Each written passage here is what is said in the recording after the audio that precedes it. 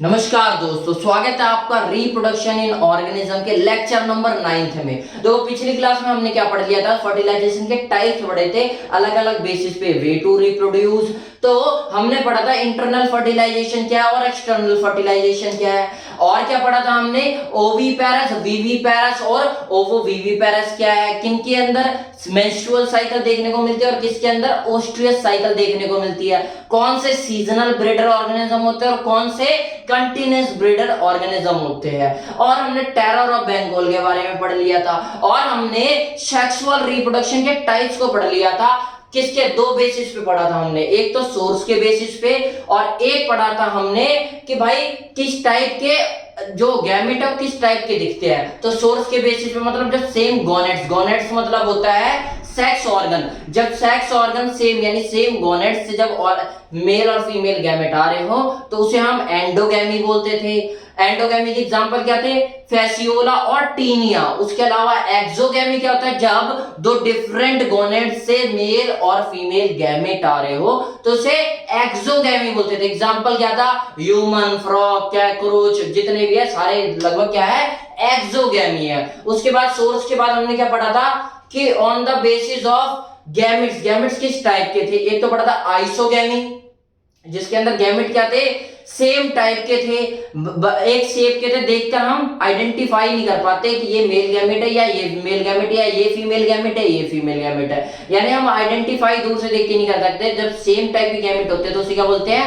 Isogamy. और वहीं पे फर्टिलाइजेशन अगर बिना सेम टाइप के अलग अलग टाइप की गैमेट से हो रहे हो तो उसे एनाइसोगैमी। आइसोगैमी का दूसरा नाम था होमोगैमी और एनाइसो का दूसरा नाम था हेट्रोगैमी। अच्छा, उसके बाद हमने एक और टाइप पढ़ा था होलोगैमी। होमोगैमी नहीं, होमोगैमी का मतलब होता है कि सेक्स ऑर्गन का सेम टाइम पे मैच्योरेशन होना, लेकिन यहां पे बोल रहा हूं मैं होलोगैमी। होलोगैमी में क्या था कि जब एक ही पेरेंट, जब पेरेंट बॉडी एक्ट लाइक अ गैमेट, जब पेरेंट को जो बॉडी है वो गैमेट की तरह काम करे, जैसे ईस्ट में होता है वहीं से जब एक बाहर निकल रहा होता है तो एक्ट लाइक अ गैमेट, तो उसे क्या बोलते हैं, होलोगैमी। तो हमने सेक्सुअल रिप्रोडक्शन के टाइप्स को पढ़ लिया था। आज हम एसेक्सुअल रिप्रोडक्शन के टाइप्स को डिस्कस करेंगे।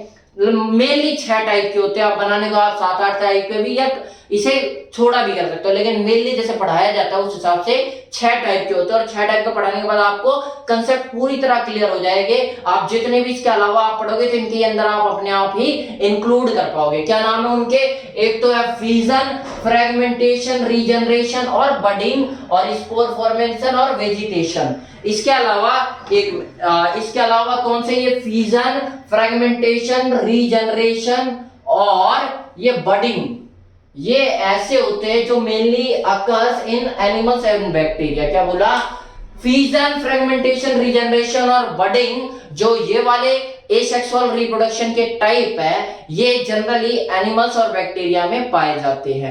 ये दो बच गए, स्पोर फॉर्मेशन और वेजिटेशन भी है, अगली क्लास में कवर करवा दूंगा। आज की क्लासेस में 4 चीजों को जानो, क्या होते हैं, किसके अंदर पाए जाते हैं, मैंने बता दिया, एनिमल और बैक्टीरिया के अंदर। फ्यूजन क्या होता है, फ्यूजन आपको समझ में आ रहा है, फ्यूजन, फ्यूज मतलब जुड़ना, फ्यूजन ऐसे बोलते हैं ना, फ्यूजन। तो फ्यूजन क्या है, process in which parent cell divide into 2 और मोर डॉटर सेल। क्या बोला कि फ्यूजन क्या होता है, जब पेरेंट सेल है वो डिवाइड हो जाए 2 या 2 से ज्यादा डॉटर सेल में, तो उसे फ्यूजन बोलेंगे, ठीक है। अब क्या होगा, daughter cells by undergoing karyokinesis followed by cytokinesis. Karyokinesis क्या होता है ये जानो, कैरियो का मतलब होता है न्यूक्लियस, काइनेसिस मतलब टूटना या हाफ डिवाइड होना। तो न्यूक्लियस पहले डिवाइड होगा, उसके बाद साइटोकाइनेसिस होगा। साइटोकाइनेसिस में क्या होता है कि साइटो मतलब साइटोप्लाज्म का डिवीजन होना। तो साइटोकाइनेसिस पहले न्यूक्लियस का डिवीजन होगा, उसके बाद साइटोप्लाज्म का डिवीजन हो जाएगा और अलग सेल्स बनके आ जाएंगी। इसी को क्या बोलते हैं, कैरियोकाइनेसिस और साइटोकाइनेसिस। आई होप आपको समझ में आया होगा। यानी फ्यूजन के अंदर क्या होता है, एक पेरेंट बॉडी होती है, वो 1, 2 या 2 से अधिक हो सकता है, अगले ऑर्गेनिज्म को यानी डॉटर सेल्स को जन्म देती है। और इसके अंदर होता क्या, पहले कैरियोकाइनेसिस होता है, न्यूक्लियस का डिवीजन होता है, उसके बाद साइटोप्लाज्म का डिवीजन होता है। 2 या 2 से डॉटर सेल को जब जन्म दे देते उसे क्या बोलते हैं, फ्यूजन बोलते हैं। फ्यूजन का मतलब होता है टूटना। तो अब देखो दो टाइप के फ्यूजन होता है, आप समझ गए होंगे। एक के अंदर क्या होगा कि दो सेल्स को जन्म दे रही हो, और एक के अंदर क्या होगा दो की जगह ज्यादा डॉटर सेल्स को प्रोड्यूस कर रहे हो। तो अगर मल्टीपल फ्यूजन में क्या होगा, फ्यूजन के टाइप में मल्टीपल, नाम से समझ में मल्टीपल मतलब बहुत सारे, यानी यहाँ पे डॉटर सेल्स जो आएंगे वो बहुत सारी होंगी। क्या लिखा है, in this parent cell divide into more than 2 daughter cells, 2 daughter cells से ज्यादा बहुत सारे डॉटर सेल्स में डिवाइड हो जाती है। ये कौन सा है, मल्टीपल फ्यूजन कहलाता है। इसके अंदर क्या होगा, पहले देखो एक डॉटर सेल है, एक सेल है पेरेंट सेल, उसके बाद ये मल्टीपल कैरियोकाइनेसिस में जाएगी। पहले क्या होगा, मैंने बोला कैरियोकाइनेसिस, लेकिन मल्टीपल बहुत सारे कैरियोकाइनेसिस हो जाएंगे, यानी एक न्यूक्लियस के बहुत ज्यादा टुकड़े हो जाएंगे। तो देखो न्यूक्लियस के यहाँ बहुत ज्यादा टुकड़े हो गए, उसके बाद क्या होगा, साइटोकाइनेसिस हो जाएगा। वही हो रहा है, देखो साइटोप्लाज्म का पहले क्या हुआ, न्यूक्लियस के डिवीजन हो गए, अब साइटोप्लाज्म का डिवीजन हो गया अलग अलग। 10 न्यूक्लियस बने तो 10 साइटोप्लाज्मिक सेल्स बनके तैयार हो जाएंगे। तो ऐसे डिवीजन को हम क्या बोलते हैं, मल्टीपल फ्यूजन। ठीक है, उसके बाद आता है बाइनरी। बाइनरी, बाई का मतलब होता है दो। इसके अंदर क्या होगा, पेरेंट सेल दो डॉटर सेल में बन के आ जाएगी, तो उसे क्या बोलेंगे, फ्यूजन। ठीक है, तो in this parent cell divides into 2 daughter cell. वही चीज लिखिए, डॉटर। सर आप ये क्यों नहीं बोलते कि सन सेल्स, यानी बेटे का नाम क्यों नहीं देते, हम डॉटर का नाम क्यों दे रहे, क्योंकि इन्हें आगे जाके भी तो रिप्रोडक्शन करना है, इसलिए इनका नाम हमने डॉटर सेल्स दिया है, ना कि इन्हें सन सेल्स दिया है। समझ में आया नाम क्यों दिया जा रहा है, कॉल्ड एज बिकॉज आगे भी जाके रिप्रोडक्शन करना होगा, इसलिए हमें इन्हें डॉटर सेल। डॉटर होती है वही तो रिप्रोडक्शन करने लायक होती है, क्या मेल भी रिप्रोडक्शन करता है, वो पार्टिसिपेट करता है लेकिन रिप्रोड्यूस मेल नहीं करता। ठीक है, अच्छा अब इसकी एग्जांपल क्या, बाइनरी फ्यूजन के देखो, मल्टीपल फ्यूजन का एग्जांपल था प्लाज्मोडियम, जो कि प्रोटिस्टा होता है, और ये क्या करता है, मलेरिया का फैलाव करता है। आपको तो मलेरिया, तो मलेरियम पैरासाइट भी होता है प्लाज्मोडियम, आपको पता हो तो। अच्छा, उसके बाद अब बोलो सर मलेरिया तो मच्छर फैलाते हैं, मच्छर भाई सिर्फ कैरी करते हैं, मेन रीजन क्या होता है, प्लाज्मोडियम। ठीक है, एक मलेरियल पैरासाइट होता है ये, जो कि ये क्या करता है, मलेरिया फैलाता है। बाइनरी फ्यूजन का एग्जांपल, ये तो मल्टीपल फ्यूजन का एग्जांपल था, क्या, प्लाज्मोडियम। बाइनरी फ्यूजन का एग्जांपल कौन सा है, पैरामीशियम, अमीबा, यूग्लिना। पैरामीशियम क्या होता है, सिलिएटेड प्रोटोजोआ होते हैं। सिलिएटेड प्रोटोजोआ मतलब पैरामीशियम ऐसे दिखते हैं, आपने पढ़ा होगा कि भाई पैरामीशियम ऐसे दिखते हैं, तो यहाँ पे सीलिया होंगे, छोटे छोटे बाल होंगे जो कि इसे मूवमेंट के काबिल बनाएंगे। ठीक है, तो सीलिएटेड पैरामीशियम क्या होता है, सीलिएटेड प्रोटोजोआ होते हैं। उसके अलावा अमीबा क्या होता है, अमीबॉइड प्रोटोजोआ होते हैं। अमीबॉइड प्रोटोजोआ मतलब अमीबा के टाइप के होंगे, यानी इनके अंदर चलने के लिए, इनके अंदर तो सीलिया था, किसके अंदर, पैरामीशियम के अंदर। अमीबा के अंदर क्या होगा, किसी भी शेप का होगा, किसी भी शेप का। इनके पास ये पैर होंगे जो नकली पैर होंगे, दिखावटी के, तो इसलिए इन्हें स्यूडोपोडिया बोला जाता है। इन पैर के द्वारा ये चलेंगे, इसलिए अमीबॉइड प्रोटोजोन बोल दिया हमने। उसके अलावा यूग्लिना क्या होता है, यूग्लिनोइड प्रोटिस्टा बोल देंगे इसे, ये प्रोटोजोन, ये प्रोटिस्टा है। तो इसके अंदर क्या होता है, ऐसे बड़े से बाल होते हैं जो कि क्या करता है, ऐसे समुद्र सा तैरता हुआ चलता है, तो इसलिए यूग्लिनोइड प्रोटो, ये क्या बोलते हैं हमें, प्रोटिस्टा बोलते हैं यूग्लिना को। तो ये 3 एग्जांपल किसके हो गए, बाइनरी फ्यूजन के। अच्छा, इसके अंदर छोटी छोटी चीजें हैं, उसे देखते जाओ, बहुत अच्छा लगेगा। सबसे पहले कि अमीबा जो होगा, अमीबा क्या कर रहा है, मैंने आपको बताया किसका एग्जांपल है, बाइनरी फ्यूजन का। लेकिन स्पेशल केस क्या है कि ये अनफेवरेबल कंडीशन में, जब कंडीशन फेवरेबल नहीं होगी, जब एनवायरनमेंट हार्श कंडीशन का होगा, कंडीशन फेवरेबल नहीं होगी, तो ये बाइनरी की जगह मल्टीपल फ्यूजन भी शो कर सकता है। मल्टीपल फ्यूजन में क्या होगा, पहले कैरियोकाइनेसिस होगा, बहुत सारे न्यूक्लियस बन जाएंगे। कैरियोकाइनेसिस तो सर बाइनरी में भी होगा, सही बात है, लेकिन जब अमीबा मल्टीपल फ्यूजन शो करेगा तो वहां पे कैरियोकाइनेसिस मल्टीपल टाइम होंगे, यानी न्यूक्लियस का डिवीजन बहुत ज्यादा टाइम होगा। उसके बाद एक बार में जैसी कंडीशन नॉर्मल होगी, वो क्या करेगा, बहुत सारे न्यूक्लियस तो बन ही गए थे, साइटोप्लाज्म अलग कर करके बहुत सारी सेल्स बना देगा। तो जो देखो, जब आप बोलोगे आप सर हार्श कंडीशन होगी तो क्या नुकसान नहीं पहुंचेगा, अमीबा को नुकसान पहुंच सकता है, इसलिए वो 3 लेयर बना लेता है अपने ऊपर। उस लेयर का नाम होता है सिस्ट की लेयर। ये बहुत ज्यादा हार्ड कवरिंग होती है टू प्रोटेक्ट फ्रॉम हार्ड, किस कंडीशन से, एडवर्स या हार्श या अनफेवरेबल या कॉन्ट्रैरी होस्टाइल कंडीशन, यानी जो प्रतिकूल कंडीशन है उससे प्रोटेक्ट करने के लिए एक लेयर बन जाती है, जिसे हम सिस्ट की लेयर बोल देते हैं। और ये लेयर बनना ही क्या कहलाती है, इंसिस्टेशन। वही चीज लिख रखी है, पढ़ लो आप। अब देखो जब ये लेयर बन जाएगी ना, तो इस टाइम जो अमीबा होगा वो पता है कैसा होता है, सस्पेंडेड फॉर्म होगा। सस्पेंड मतलब बिल्कुल रुक सा चुका होगा, मेटाबॉलिज्म बहुत स्लो कर चुका होगा, कम से कम एनर्जी का यूटिलाइजेशन कर रहा होगा।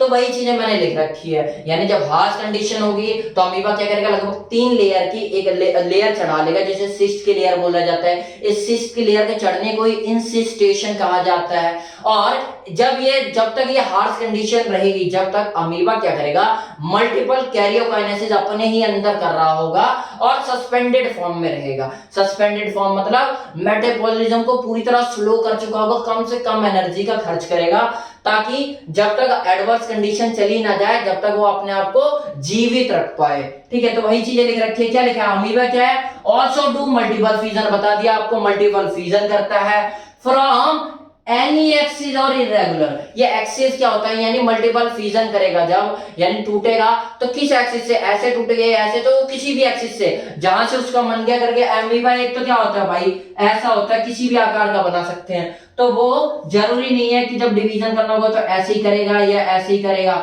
वो क्या करेगा, ऐसे भी कर सकता है, ऐसे भी कर सकता है, ऐसे भी कर सकता है, ऐसे भी कर सकता है। इरेगुलर डिवीजन होगा। ठीक है, अच्छा उसके बाद मैंने क्या बोला, parent cell will divide from any axis, किसी भी एक्सिस से पेरेंट सेल डिवाइड हो सकती है। और found formation of cyst layer called encystation, cyst की लेयर बनने लग जाती है। अमीबा अपने चारों ओर क्या बना लेता है, सिस्ट की लेयर, उसी को नाम कहा जाता है कॉल्ड एज इंसिस्टेशन। इसके अंदर क्या होता है, in this amoeba will not divide and exist in suspended form. क्या बनेगा इसके अंदर, जब सिस्ट की लेयर चल जाएगी इंसिस्टेशन, उसमें क्या हो जाएगा, अमीबा बिल्कुल यानी डिवाइड नहीं करेगा। आप बोलोगे सर कैरियोकाइनेसिस तो हो रहा है, डिवीजन हो रहा है, लेकिन अपने प्रोटोप्लाज्म को डिवाइड नहीं कर रहा। हमें डिवाइड, एक बात दो, कोई ऑर्गेनिज्म है, वो इतना बड़ा है, वो अपने अंदर क्या कर रहा है हमें अंदर थोड़ा दिख रहा, वो बाहर से जब डिवाइड करेगा तभी तो हम उसे रियल डिवीजन बोलेंगे।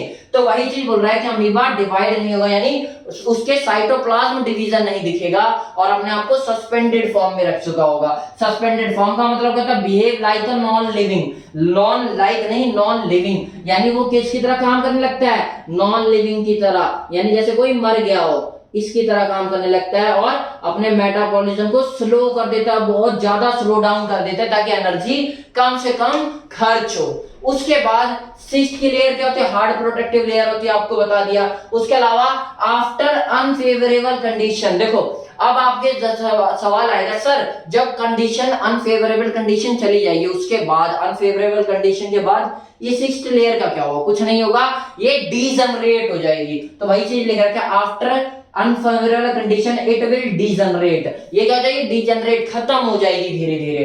अमीबा, इन अमीबा लगभग 3 लेयर बनती है, नंबर 3 लेयर्स होती है सिस्ट की, आपको बताना था, मैंने आपको बता दिया। अच्छा उसके बाद मैंने क्या बोला, किसी भी एक्सिस से, मतलब एक्सिस का कुछ यहाँ फंडा है, तो 2 टाइप की, देखो जब भी बाइनरी फ्यूजन होगा तो वहां पे 2 टाइप के डिवीजन बनेंगे, यानी जो पेरेंट सेल है या तो ऐसे डिवाइड करती है ऐसे, लेकिन अमीबा के केस में कैसे होता है, इरेगुलर डिवीजन, कैसे भी हो सकता है, इधर उधर किसी भी एक्सिस से।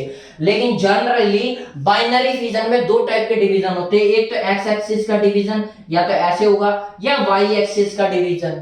अच्छा जो एक्स एक्सिस का डिवीजन है कौन सा, मैंने बोला ये वाला जो डिवीजन है वो कौन सा ऑर्गेनिज्म शो करता है, वो ये वाला पैरामीशियम यानी सिलिएटेड शो करता है। तो ये बोलो अगर जो ये एक्स एक्सिस के डिवीजन को शो कर रहा है, तो क्या मैं एक्स एक्सिस क्या दिख रहा है मेरे को, ट्रांसवर्स टाइप का दिख रहा है, तो इसे मैं ट्रांसवर्स डिवीजन नहीं बोल सकता, बोल सकता हूं। तो यही बात हुई है, मैंने इसे ट्रांसवर्स डिवीजन ही बोल दिया एक्स एक्सिस के डिवीजन को, या ना पैरामीशियम जो शो करेगा, शो ट्रांसवर्स या horizontal binary fusion. Binary fusion यानी 2 सेल में तो डिवाइड करें, लेकिन ऐसे एक सेल होगी तो बीच में से बिल्कुल डिवीजन होगा, 2 पार्ट में ऐसे डिवीजन होगा, तो या तो हॉरिजॉन्टल या ट्रांसवर्स डिवीजन बोल सकते हैं। बाइनरी फ्यूजन किस टाइप का, ये ट्रांसवर्स या हॉरिजॉन्टल। उसका यानी दूसरा कैसा होगा, वाई एक्सिस से। अब वाई एक्सिस को मैं वर्टिकल या लॉन्गिट्यूडनल नहीं बोल सकता, तो वही चीज बोल रखा है, लॉन्गिट्यूडनल या वर्टिकल बाइनरी फ्यूजन। जब सेल जैसे सेल सीधा डिवाइड हो रही हो वाई एक्सिस से, तो उसे क्या बोलेंगे, लॉन्गिट्यूडिनल या वर्टिकल बाइनरी डिवीजन। कौन शो करेगा, इस टाइम करेगा, मैंने जो आपको बताया था यूग्लिना शो करेगा, ठीक है। पेरेंट सेल देखो इसमें क्या हुआ था, ट्रांसवर्स में ऐसे, यानी parent cell will divide into x axis से डिवीजन है। वहीं पे जो यूग्लिना होगा वो कैसा डिवीजन शो कर रहा होगा, वो वाई टाइप का सीधा डिवीजन शो करेगा। तो देखो लिख भी रखा है बिल्कुल ऐसे डॉट डॉट करके कि हाँ वाई एक्सिस से डिवीजन शो करेगा कौन, यूग्लिना। लेकिन अमीबा केस में किसी भी एक्सिस से, एनी एक्सिस या इरेगुलर डिवीजन होगा, ठीक है। आई होप आपको डिवीजन ट्रांसवर्स और लॉन्गिट्यूडिनल समझ में आया होगा। आगे बढ़ते हैं, आगे हम पढ़ते हैं फ्रेगमेंटेशन और रीजनरेशन के बारे में। अमीबा के बारे में आप पूरी कहानी समझ चुके हो, उसके बाद हम पढ़ते हैं फ्रेगमेंटेशन या रीजनरेशन। देखो साथ साथ पढ़ाऊंगा, ज्यादा समझ में आएगा, पढ़ते जाओ। फ्रेगमेंटेशन आपको समझ में आ रहा है, यानी फ्रेगमेंट हिस्सों में बट रहे, छोटे छोटे, स्प्लिटिंग होना, ठीक है। तो इसे स्प्लिटिंग की प्रोसेस भी कहेंगे। और रीजनरेशन मतलब रीजनरेट होना, दोबारा से ग्रो होना, इसलिए इसे रीग्रो की प्रोसेस बोलते हैं, रीजनरेशन को। फ्रेगमेंटेशन को क्या बोलते हैं, स्प्लिटिंग की प्रोसेस, और रीजनरेशन को रीग्रो की प्रोसेस बोल देते हैं, ठीक है। फ्रेगमेंटेशन में क्या होगा, it is process in which parent body divides into many fragments. क्या बोला, पेरेंट बॉडी बहुत सारे फ्रेगमेंट में डिवाइड हो जाएगी, तभी तो इसे फ्रेगमेंटेशन बोला है। और each fragment will develop into new organism, और जितने फ्रेगमेंट बनके तैयार हुए, बहुत सारे जितने भी फ्रेगमेंट में डिवाइड हुई है पेरेंट बॉडी, वो सारे अपने आप को दोबारा क्या कर लेंगे, नए ऑर्गेनिज्म में बदल जाएंगे। तो उससे क्या बोलेंगे, फ्रेगमेंटेशन। यानी यहां पे क्या होगा, पहले तो फ्रेगमेंट ना बहुत सारे में डिवाइड हो जाएंगे, बहुत सारे मैनी फ्रेगमेंट में, और उसके बाद जितने ही फ्रेगमेंट डिवाइड हुए वो सारे नए ऑर्गेनिज्म में बन के आ जाएंगे, ठीक है। इस टाइप के डिवीजन को हम क्या बोल देते हैं, हम फ्रेगमेंटेशन बोल देते हैं। इसके अंदर कैरियोकाइनेसिस, जैसे मैंने बोला फ्यूजन में क्या होता था, फ्यूजन में हो रहा था पहले कैरियोकाइनेसिस, उसके बाद साइटोकाइनेसिस। यहाँ पे हो भी सकता है, नहीं हो सकता है। ऐसा हो सकता है कि पहले साइटोप्लाज्मिक डिवीजन हो यानी साइटोकाइनेसिस हो, उसके बाद कैरियोकाइनेसिस हो। तो यहाँ पे कैरियोकाइनेसिस मे और may not be followed by cytokinesis, यानी साइटोकाइनेसिस के बाद जरूरी नहीं है कि कैरियोकाइनेसिस के बाद ही साइटोकाइनेसिस होगा, हो सकता है इसके साथ हो जाए। तो इसमें तो था भाई ऐसे ही रूल था कि भाई कैरियोकाइनेसिस के बाद ही साइटोकाइनेसिस होना था, किसके अंदर, फिजन के अंदर। लेकिन फ्रेगमेंटेशन के अंदर ऐसा कुछ रूल नहीं है। उसके बाद एग्जांपल क्या, स्टारफिश या स्पाइरोगायरा एल्गी होती है, ठीक है। उसके अलावा fragmented part are very small, यानी फ्रेगमेंट में क्या होता है, एक हिस्सा, यानी जो फ्रेगमेंटेड पार्ट होगा बहुत छोटा होगा, उसे इसलिए फ्रेगमेंटेड पार्ट बोला। अगर बड़ा होता तो सेगमेंटेड पार्ट होता, ठीक है। उसके अलावा रीजनरेशन में क्या होगा, देखो फ्रेगमेंटेशन में फ्रेगमेंट टूट रहे थे और वो अपने आप को एक नए कंप्लीट इंडिविजुअल में ऑर्गेनिज्म में डेवलप कर जा रहे थे। लेकिन यहाँ पे रीजनरेशन मतलब कोई टूट गया उसका रीजनरेट हो जाएगा, वही चीजें लिखी हुई। क्या लिखा है, it is process in which parent body regenerate it's lost part, जो उसका लॉस्ट पार्ट, जो पेरेंट बॉडी से थोड़ा सा पूंछ कट गई हो, ऐसा कुछ हिसाब किताब हो गया हो, या नाक कट गया, कुछ भी एक पार्ट कट गया हो, वो रीजनरेट होगा, यानी कंप्लीट इंडिविजुअल नहीं आएगा। फ्रेगमेंटेशन में कंप्लीट इंडिविजुअल आ रहा था, यहाँ पे क्या होगा, एक बार जो हिस्सा टूटा है वो नया आ जाएगा। It is process in which parent body regenerate कर लेती है उसके लॉस्ट खोए हुए पार्ट को। जैसे कोई जैसे छिपकली चल रही है, तो कई बार आपको सुना होगा कि हाँ भाई पूंछ कट गई, तो वो क्या करती है, रीजनरेशन कर लेती है, रीजनरेट कर लेती है, ठीक है। Parent body divides into many segment, यहाँ पे क्या हो रहा था, बहुत बड़े सेगमेंट, यहाँ पे क्या होगा, बड़े सेगमेंट में डिवाइड हो जाएगी। मतलब क्या है, कोई बस पार्ट टूट के ही अलग होगा, बड़ा सेगमेंट अभी बचा रहेगा, तो उसे फ्रेगमेंट ना बोल के सेगमेंट बोला है, ये कहना चाह रहा हूं मैं। सेगमेंट मतलब होता है big part, not in fragment, हम इसे फ्रेगमेंट नहीं बोल सकते, नॉट फ्रेगमेंट, ठीक है। अच्छा एग्जांपल देखो, स्टारफिश है, स्टारफिश ऐसे दिखती है, ठीक है। अब इसके अंदर दोनों प्रोसेस शो करती है, ये रीजनरेशन का भी फ्रेगमेंटेशन का भी। कैसे देखो, मान लो स्टारफिश का ये हिस्सा कट गया, ये एक आर्म काट गई, कटने के बाद क्या हुआ, दो हिस्से बन गए, एक तो ये आर्म निकल गई और एक ये पूरा हिस्सा यहाँ पर, ठीक है। जब ये हिस्सा कट गया तो ये एक अलग दिखेगा, ये अलग दिख रहा है, ठीक है। तो ये हिस्सा क्या करेगा, ये हिस्सा फ्रेगमेंट बन के निकला, एक फ्रेगमेंट, एक छोटा सा टुकड़ा बन के निकला है। तो ये कंप्लीट इंडिविजुअल खुद ही पूरी बॉडी बना लेगा। तो ये पूरी स्प्लिटिंग हुई है, यहाँ पे ये पूरी बॉडी रीजनरेट कर ले रहा है, बना ले रहा है, पूरी बॉडी को बना ले रहा है, जनरेट कर ले रहा है। लेकिन यहाँ पे क्या हो रहा है, यहाँ पे ये तो पूरी बॉडी है बस लॉस्ट पार्ट को जनरेट कर रही है, यानी यहाँ पे बस जो जनरेट हो रखा था उसी को दोबारा रीजनरेट कर रहे हैं। यहाँ पे पूरी बॉडी हो रही है लेकिन यहाँ पे बस छोटा सा हिस्सा हो रहा है। जहां पे पूरी बॉडी हो रही है उसे फ्रेगमेंटेशन की, एक फ्रेगमेंट ने पूरा कंप्लीट इंडिविजुअल बना दिया तो उसे फ्रेगमेंटेशन बोलेंगे। और जहां पे एक क्या था रीजनरेटर, एक सेगमेंट था बड़ा सा, उसके एक छोटा सा हिस्सा गायब हुआ था, वो हिस्सा वापस रीजनरेट कर लिया, उसे क्या बोलेंगे, छोटा सा हिस्सा रीजनरेट कर लिया, उसे क्या बोलेंगे, रीजनरेशन। किसमें दिखाई देती है, स्टार फिश में। स्टार फिश के एग्जांपल से आपको समझ में आ गया होगा रीजनरेशन और फ्रेगमेंटेशन है क्या।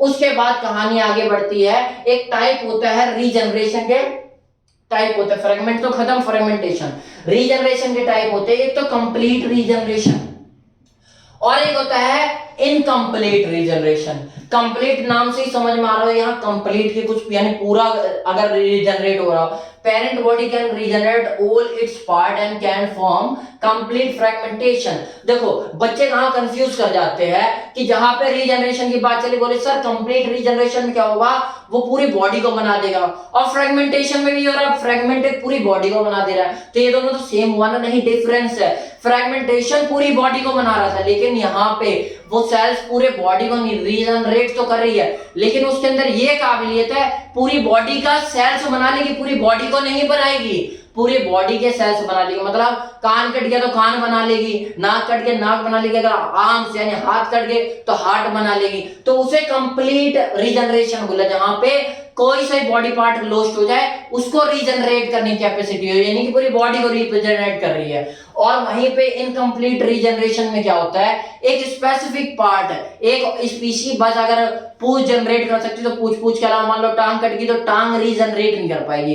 तो ऐसे टाइप के रीजनरेशन जिसके अंदर कोई भी पार्ट कट जाए, लॉस्ट हो जाए, तो उसके दोबारा वो कोई सा पार्ट वापस रीजनरेट कर पाए तो उसे कंप्लीट रीजनरेशन। और जहां पर बस कुछ ही पार्ट रीजनरेट कर पाए वहां पे इनकम्प्लीट रीजनरेशन। कंप्लीट रीजनरेशन क्या होता है, parent body can regenerate all it's part, जितने भी इसके पार्ट है सारे को पेरेंट बॉडी रीजनरेट कर सकती है, and can form complete new organism, और नया ऑर्गेनिज्म बना देगी। Exact copy of lost part, यहाँ पे क्या होता है, एग्जैक्ट कॉपी होता है लॉस्ट पार्ट का, जो भी पार्ट खोया होगा। एग्जांपल क्या है, स्टारफिश या प्लेनेरिया। अच्छा, इसके अलावा इनकम्प्लीट मतलब कुछ ही पार्ट कर पाएगी, पूरा नहीं, ठीक है। In this parent regenerate only some part of body, इसके अंदर बस कुछ ही पार्ट को रीजनरेट कर सकता है पेरेंट बॉडी, ठीक है।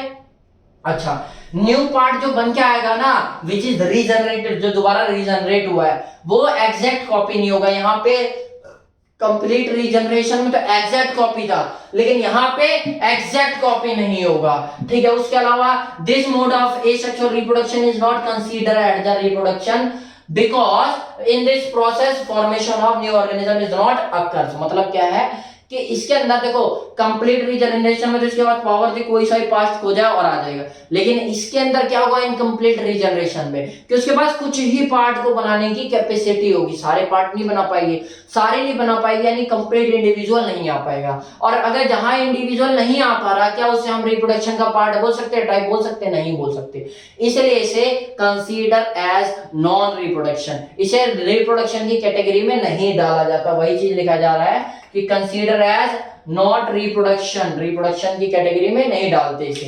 एग्जांपल क्या है, ऑक्टोपस, इसे डेविल फिश भी बोला जाता है, can regenerate only it's lost part, सिर्फ इसके लॉस्ट पार्ट कौन सा, आर्म को रीजनरेट कर पाती है। कई फ्रॉग की स्पीशीज, कई स्पीशीज होती है, सारी नहीं, कई ज्यादातर स्पीशीज होती है जो क्या कर लेती है, उनके लॉस्ट पार्ट को जनरेट कर पाती है। और उसके अलावा ह्यूमन लीवर, ह्यूमन लीवर क्या करता है भाई, आपको पता है, आरबीसी का फॉर्मेशन और टॉक्सिसिटी को रिलीज करता है, ठीक है। तो इसका 2/3 हिस्सा जो होता है, इसके पास कैपेसिटी होती है, एबिलिटी टू रीजनरेशन पावर, इसके पास एबिलिटी होती है कि रीजनरेट कर पाए। अब आप बोलोगे सर जब ये लीवर हमारा रीजनरेट कर जाता है तो लीवर खराब कैसे हो जाता है भाई? उसकी भी एक क्षमता होती है, ये नहीं कि आप पिए जा रहे हो लीवर अपने आप रीजनरेट होता रहेगा, एक लिमिट होती है, ठीक है। और इनका जो रीजनरेशन होता है बाकियों के मुकाबले बहुत स्लो होता है, ठीक है। ह्यूमन के अंदर नेल्स और हेयर्स ऑल्सो रीजनरेट हो जाते हैं, ठीक है। लिजार्ड क्या होता है? लिजार्ड मतलब होता है छिपकली। छिपकली क्या होती है? छिपकली भी यहाँ पे कोई सी टाइप की छिपकली, they can regenerate their lost tail only. वो क्या कर सकते हैं? बस अपने जो लोस्ट पूछ, जो उसकी पूछ कट जाए तो उसी को रीजनरेट कर पाते हैं। लिजार्ड क्या होता है? रेप्टाइल होती है। रेप्टाइल का मतलब होता है टेल्ड ऑर्गेनिज्म, जिनके पास टेल्ड ऑर्गेनिज्म। उसके अलावा नोट में आप कुछ नया सीख के जाओ। कुछ नया मतलब किसी के साइंटिफिक नेम देख लो, और कुछ इंपॉर्टेंट जैसे कैमलियन क्या है, आपको अगर ऑप्शन दे दिया जाए गार्डन रिलाज और नो हाउस लिजार्ड, उसमें से आपको टिक मारना है गार्डन लिजार्ड पे, ना कि हाउस लिजार्ड पे। हाउस लिजार्ड आपको पता है जो घरों में छिपकली दिखती है छोटे, गार्डन लिजार्ड मतलब गिरगिट टाइप की, लंबी सी पूंछ होती है जिनके पास, ठीक है, गिरगिट, उसे कैमलियन बोलते हैं। कहीं ना कहीं एमसीक्यू में पूछा गया, वहीं से उठा के मैंने दे रखा है। उसके अलावा क्या देख लो, salamander only tailed amphibian. Amphibian क्या होता है? उनके पास पूंछ नहीं होती, लेकिन सैलेमेंडर एक ऐसा एग्जांपल है जिसके पास पूंछ होती है। सैलेमेंडर ओनली टेल्ड एम्फीबियन होता है। उसके अलावा कॉकरोच, अब देखो साइंटिफिक नेम बता रहा हूं तो आपको बहुत जगह अलग अलग साइंटिफिक नेम लगेंगे, लेकिन इंडियन क्या है? साउथ एशिया में आता है। तो साउथ एशिया में जो पाए जाए ऑर्गेनिज्म उनके साइंटिफिक नेम क्या होते हैं, उनके बारे में मैंने लिख रखा है। South Asia, scientific name of Asia.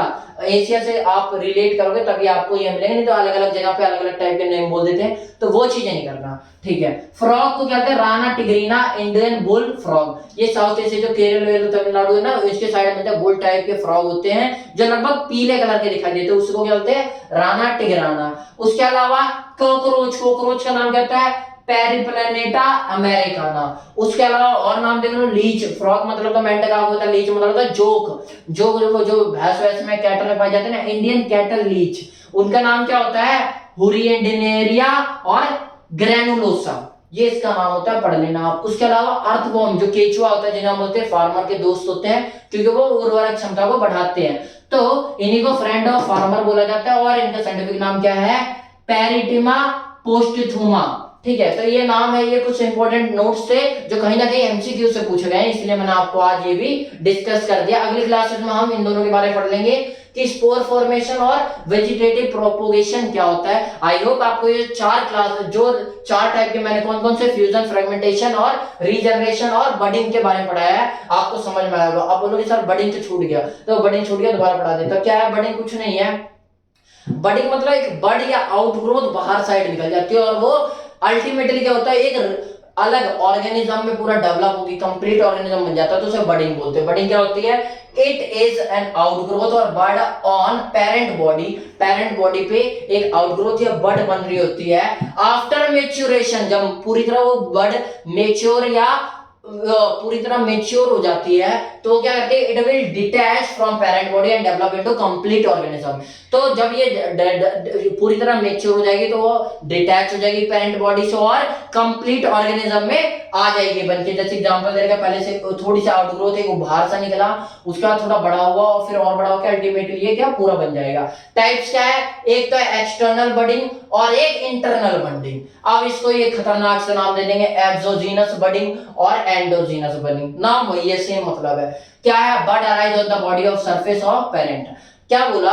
बड जब पेरेंट के सरफेस पे, बॉडी सरफेस पे अराइज, जब बाहर से अराइज हो रही हो, तो इसे क्या बोलेंगे? Exogenous budding. उसके अलावा इंटरनल बडिंग या एंडोजीनस बडिंग या bud form inside the body of parent. इसके अंदर हमने क्या इसका एग्जांपल देखा था गैम्यूल फॉर्मेशन का। गैम्यूल फॉर्मेशन में क्या है? एनसीईआरटी में एक स्ट्रक्चर भी दिया हुआ है जिसके अंदर क्या होता है? ऐसा गैम्यूल टाइप का फॉर्मेशन होता है, उसके अंदर छोटे छोटे एग बन जाते हैं, उसे गैम्यूल फॉर्मेशन बोलते हैं। और वो जैसे रिलीज होंगे पूरे कंप्लीट इंडिविजुअल बन के आ जाएगा। तो इसके अंदर क्या हो रहा है? पहले अंदर ही उभार बनने स्टार्ट हुए, उसके बाद बाहर निकले हैं। तो अंदर बन रहे हैं तो इनसाइड बॉडी, तो यही चीज लगेगी bud form inside the body of parent. Body parent के बॉडी के अंदर जब बडिंग बनने लग जाए तो उसे इंटरनल बडिंग कहेंगे। जैसे gemmule formation in Spongilla which is a fresh water sponge. ये क्या भाई एमसीक्यू में पूछा गया है, मैरीन वाटर या फिर फ्रेश वाटर, या फिर दो एग्जांपल और दिए, तो क्या आपको लिखना है फ्रेश वाटर, इसलिए मैंने बड़ा लिखा है। गैम्यूल फॉर्मेशन होता है स्पोरेंजिला में, और ये स्पोरेंजिला क्या होता है, एक पोरिफेरा होता है, पोरिफेरा मतलब एनिमेलिया का एक पार्ट होता है जिसके अंदर फ्रेश वाटर स्पंज होता है, जिसके अंदर क्या पाया जाता है, एंडोजीनस बडिंग। क्या इंटरनल बडिंग नहीं दिया, नाम वही दे दिया, एंडोजीनस कह के बोल दिया, तो कंफ्यूजन नहीं है, इसलिए मैंने आपको दोनों नाम बता दिया। एक्सटर्नल या एक्सोजीनस बडिंग में क्या था कि bird arise on the body surface of parent, parent के बॉडी सरफेस पे बर्ड अराइज हो जाएंगे। एग्जांपल क्या है, ईस्ट, हाइड्रा, साइफा और ओबलिया। ये दो एग्जांपल याद नहीं रखना क्योंकि एनसीईआरटी में दिए, लेकिन ये दोनों याद रखना है क्योंकि एनसीईआरटी में दे रखे हैं। ये ओनली यूनिसेलुलर एल्गी होती है, कौन सी, ईस्ट, इन एस्कोमाइसिटीज में आता है, हाइड्रा क्या होता है, कोनिडेरिया होता है, इन सेलेंट्रेटा में आता है। ये आपको छोटी सी इंफॉर्मेशन याद रखनी है कि एक्सोजीनस या फिर एक्सटर्नल बडिंग क्या होती है, जब बाहर की साइड हो रही है और जहां अंदर हो रही है उसे इंटरनल बडिंग। आज की क्लास आपको समझ में आई होगी, और अगली क्लास में हम स्पोर फॉर्मेशन और स्पोर फॉर्मेशन के अलावा वेजिटेटिव प्रोपोगेशन के बारे में डिस्कस करेंगे। ये चार समझ में आई होंगे, अच्छे से देख लेना दोबारा, कहीं ना कहीं ये इंपॉर्टेंट है, जहां से सवाल पूछे ही पूछे जाते हैं, तो ध्यान से देखना। नमस्कार।